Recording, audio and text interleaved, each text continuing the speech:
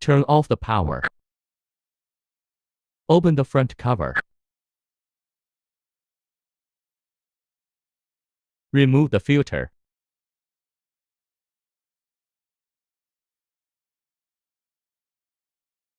Open the windshield.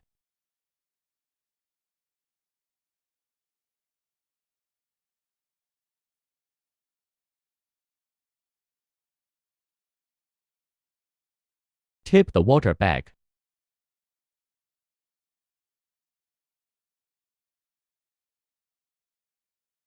Connect the aqueduct.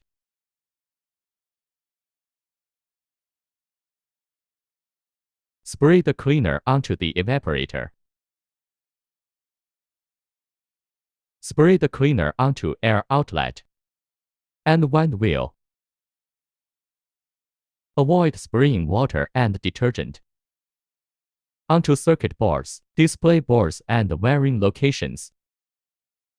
Clean the evaporator and the wind wheel with a small brush. Clean the filter. Clean the air conditioner by water.